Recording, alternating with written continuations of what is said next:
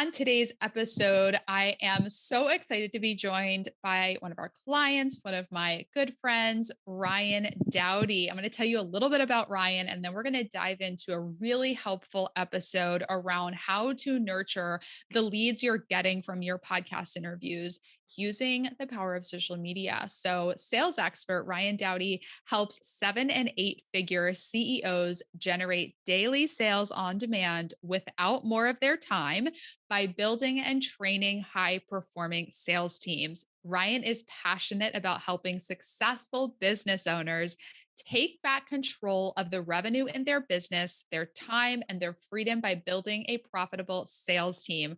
With her business partner, Kelly Roach, they are on a mission to free CEOs from the role of a salesperson in their business.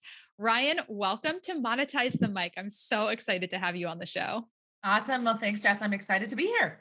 Yes. Okay. So I was telling Ryann that I really wanted to bring her on the show today because something we talk about all the time with our clients at Interview Connections and something we advise entrepreneurs on is to nurture your leads, Yep. nurture the people that hear about you, that maybe hear you on a podcast, see you, get referred to you. You have to nurture them effectively, build your relationship with them so they ultimately buy your high ticket program. And a lot of our clients, they don't have this huge sales team to be doing that for them, but that doesn't mean they can't also do that nurturing. So, can you talk a little bit about the importance of nurturing leads that hear you for the first time on a podcast?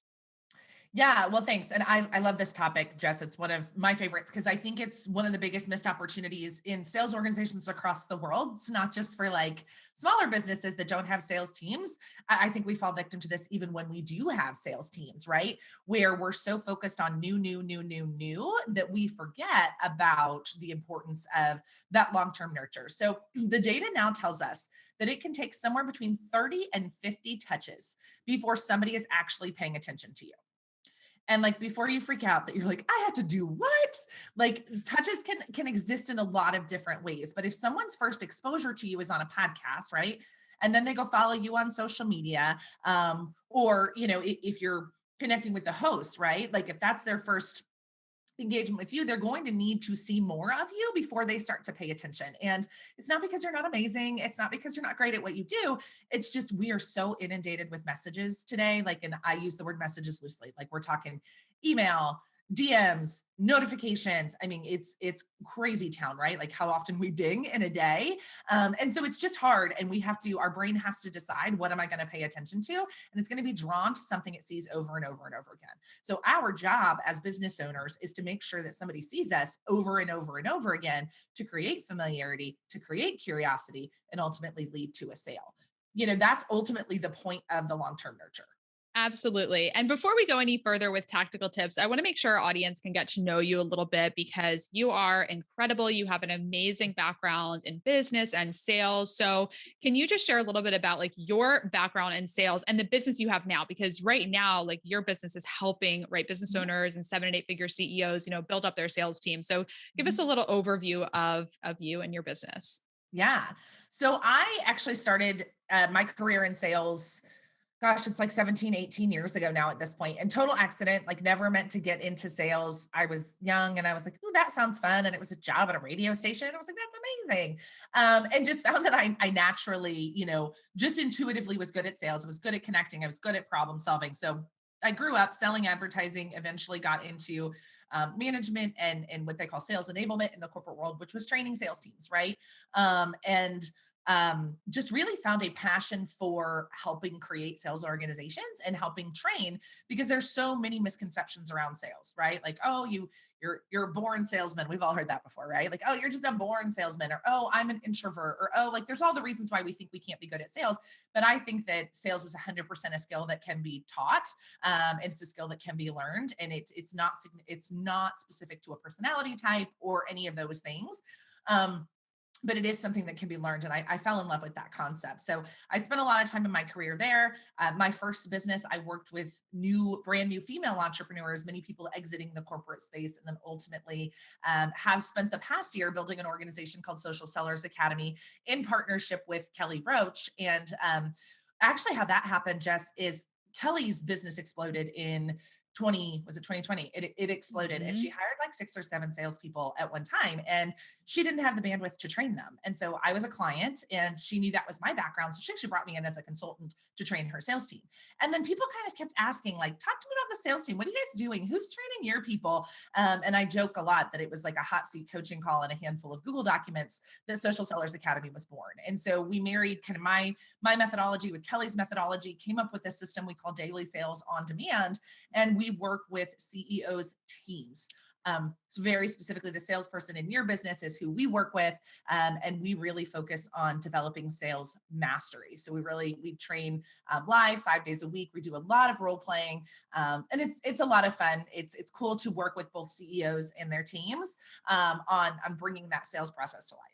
I love it. It's such an incredible and valuable service that you offer because, and I was interviewed on your podcast and shared a lot of this, but, as a CEO that, has been hiring and training salespeople, it is a lot. It is a full-time job for sure. So if you are, especially coaches, right, where you literally are on calls, all day with your clients, it's a lot to take on actually training salespeople. So I definitely recommend that if Social Sellers Academy sounds like a good fit for you, reach out to Ryann for sure. So let's get into some tips here for podcast guests, right? So for the entrepreneurs that we're speaking to that are out there getting interviewed on podcasts and they're hearing us say, every week on the show, we're like, nurture the leads that you're talking to, right? When you get interviewed, they're hearing you for the first time. There's a lot of trust. Maybe they're 80% of the way there to like, oh, I want to work with her or him, but they're not quite there yet. What's going to close that 20% gap? Talk about what are the steps that they can take to close that gap to getting someone to buy. hmm So we've all heard the cliche, right? That like, people buy from people they know, like, and trust, right? And that's the amazing part of podcast guesting is it automatically creates that trust and credibility, right? Because somebody else is elevating you and say, hey, I believe in this person and their brand. So like Jess said, you're 80% of the way there. So how do we close that gap? We have to create that know and like factor, right? That the podcast guest is creating the fact that you're a guest on that show creates the trust factor. Now we need to create the know and like factor. So what I highly recommend is keeping track of all of your hosts, right? And this is not about technology. A lot of people, as soon as I say keep track of, like their eyes get real big and they're like, what? Like Google Doc is perfectly fine, a Trello board, like whatever you're using, it doesn't matter. That's not the point. The point is that the work actually gets done. So writing down every single person that you guest on their show and then making it part of your workflow. Like it could even be every 2 weeks, every 3 weeks, maybe there's an hour or two on a Friday morning on your calendar that you just go through and connect with all of your guests, whether they're or all of your hosts, like whether they're past hosts or future hosts. And connect could be a DM, it can be an email, it can be a comment on their social media, it can be a response to their story. But the more personalized your outreach, the better relationship you're going to build. So we always really caution people to not be lazy with engagement, right? Like we joke, like, no, we don't do like fire emojis or like heart emojis and run. That's not engagement. We don't do Yeah. that. But what we do is we actually engage in a meaningful way. So if you are, guesting on somebody's podcast, listen to one of their other shows, send them a DM. Hey, I listened to your show. I thought this was brilliant. Or, kudos to you for that amazing guest that you had. Like really show them that you were interested in building a relationship with them. And if you continue to do this over time, and like I said, it's every 2 or 3 weeks, you don't have to do this daily. This is just what we call like more of a nurture campaign where it's more, hey, what's up? How are you? But it's always based on what they're sharing. That's the beauty of social media. And that's why I love social selling so much, Jess, is because we have access to so much information that we can easily connect with somebody. Like, I guess, Jess, you shared in your masterclass that you're hosting that you have chickens. And so then on your Yes. stories, you were like going to check on the chickens. Like, how much fun is that? So, if Jess is somebody that you are nurturing, you're like, shut up, I had chickens as a kid and da da da da da da, right? Like, it's just an interesting, easy connection point that allows us to start to create that relationship. And that is what nurture is really about. I love that. Okay. So I just want to do a quick recap for everyone who is listening and taking notes. Number one, track. Don't worry if you like, we've really grown interview connections. We have a sales team. We have HubSpot. We're using all the things. But if you're not there yet, don't feel like you need to go from 0 to 60 in 2 seconds, right? Like open up a spreadsheet and just write down host name and just write them down, link to their social media, right? So just number one, track. And I love what you said, Ryann, just like schedule it in. It could be an hour every 2 weeks that you go through that list and you do a genuine touch point point with each person on that list. Like if that's all you're doing right now, you are miles ahead of people that are not doing anything. So reach out. And then I love what you said about really nurturing them with something genuine. Yeah. So on our masterclass, I mentioned, we did a little intro. I was like, oh, and I have chickens, because people wouldn't typically see that. They're just following us and learning about business and podcasting, but it really humanizes you when you share a little bit about yourself, and then it helps people, connect. So, and you shared this because we brought you in to do a training for our mastermind as well. You talked about like when you send that first direct message to somebody, like comment on something that they posted. If they didn't want you to see it, they wouldn't post it. Can you share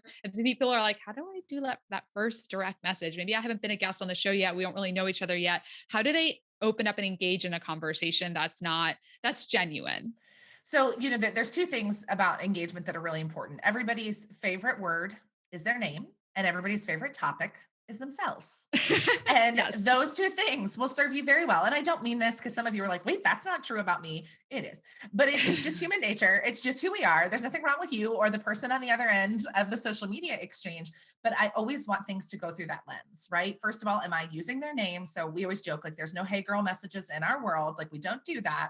Use people's names, spell it correctly. I'll tell you a funny story. I had somebody DM me, and I'm Ryan with two N's. And it took her 3 messages to spell my name right because her phone kept defaulting. She's like, I'm sorry, my brother's name Kept is Ryan. I know how to spell autocorrecting. your name. I know.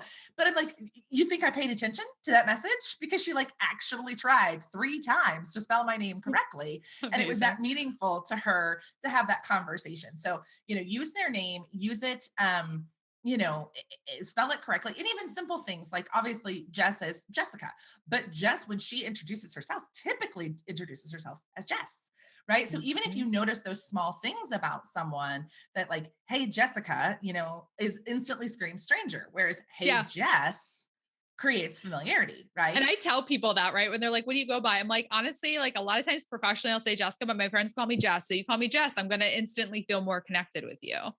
Right. And the way that you would know that about Jess is if you had actually done a little bit of research about her, right? If you'd ever listened to her podcast or been, seen one of her master classes or any of the things that they do from a marketing perspective, or even just go through her newsfeed, right?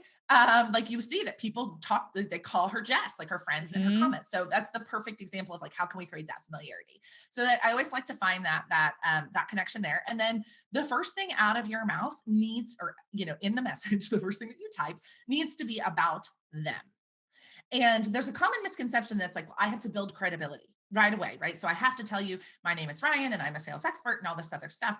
But because everybody's favorite topic is themselves, yes, when it comes time for us to do business together, you're going to care that I'm a sales expert. But right now, I'm a stranger or quasi stranger in your inbox. I've maybe seen your name once or twice.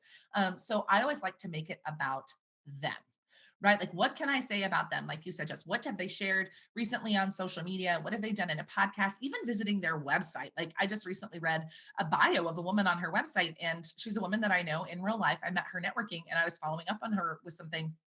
And I was like, I don't think I ever realized, something that she shared in her bio, right? And it's like 3 pages in on her website, buried in and I did it genuinely, right? I didn't go searching for the thing that was going to test. I was genuinely like, what is she up to these days? Last time we connected, she was doing this. Now it looks like she's doing something entirely different.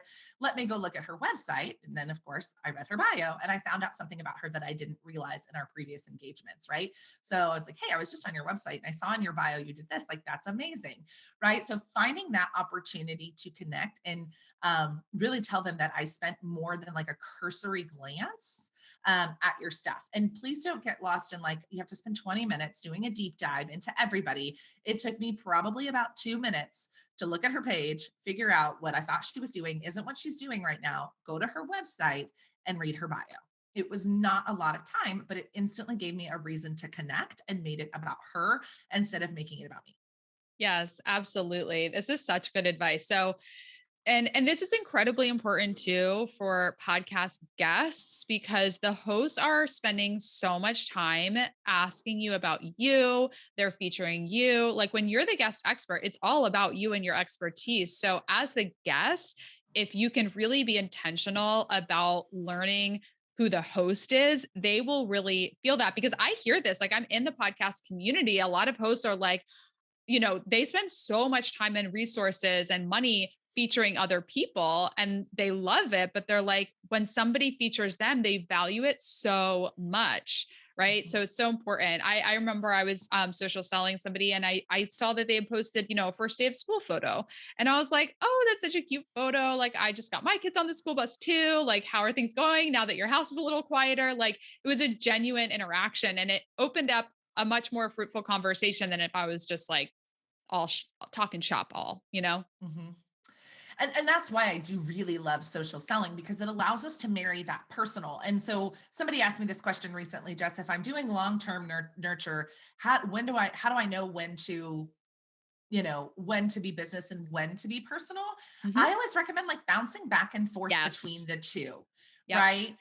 Because you'll find different things light people up in different ways, right? So sharing a valuable article with somebody might not be interesting because, as Jess and I are recording this, it's a week before Christmas, right? Everyone's like, wah, wah, wah, wah, wah, right? Yeah. But, I also just shared a really cute picture of my children and you want to tell me how cute they are, I might more engage with that because that's where my brain is right now. So I Right. always recommend kind of bouncing back and forth between the business and the personal and not being afraid to use what people share on social media. Like Jess said, that I pointed out to her mastermind group, like that's why we share on social media. We share on social media because we want people to see it. So don't ever Mhm. be like, well, I don't want people to feel like I'm stalking them. I'm like, Yeah. they've put their world on, they put their world on blast. Like I Yeah. would rather somebody say, hey, like I noticed this thing about you. And I can instantly tell how important the relationship is based on the quality of the message that I get. Yeah, people typically work with people because there's a connection personally in addition to, Totally. finding value and needing that the service that they buy. What I've shared this story before, but I worked with Elizabeth Kristoff for a year in her program doing applied neurology. And one of the reasons I felt more connected with her is because she is also sober. And so I was like, it really has nothing to do with like the work that we're doing. But I was just like, I felt just that little touch point that was like, you know what, we have this in common. And just look at the people you've invested with. You'll realize, there is a connection personally in addition to finding value in what they're selling. Yes, 100%. Kelly, who's now my business partner, my connection point with her is she was a cheerleader. So she was an athlete and she was the breadwinner in her family. Like even before she became an entrepreneur, she was the breadwinner in her family. And I was as well. And she talked about it very openly. And like, that was the personal connection to me. It was like, okay, this woman not only is a brilliant business person, but also we have this personal connection as well. And yeah, it was like, oh, she can do it. I can do it too. So there's a lot of that connection point for sure. Yeah. So I want to keep this episode kind of short because I think that a lot of people aren't doing any of this. And I Mhm. want to make sure that they walk away with Sure. something that they're actually going to implement. So again, I want to give a quick recap right now. You guys need to be tracking the host, right? Tracking the listeners that are reaching out and doing this really intentional social selling. And if you hear social selling, you're like, I don't know what to sell. Again, this is about nurturing. This is about seeing the other person. This is about, right? The most effective salespeople listen more than they talk, right? Right. Amen. Right? Amen. So listen, get to know them. Put this in action. I want everyone to put in your calendar every 2 weeks that you are going to do this. And I want you to send us a direct message. Reach out to me and Ryan on social media and tell us that you took action on this. So, Ryan, I want to make sure you have an opportunity to share with our community how they can get in touch with you if they want to be working with you. Yeah, absolutely. So you can check out our website. It's daily sales on demand for CEOs.com. There are several free resources available on that site, but we're also always on social media. So we are on Instagram at Social Sellers Academy. And then I'm always personally open to networking. So you can connect with me on Facebook or LinkedIn. I am Ryann with two N's Dowdy. And yes, I love to hear from people and share ideas and network. Awesome. Thanks so much for joining us, Ryan. Yeah, thanks, Jess.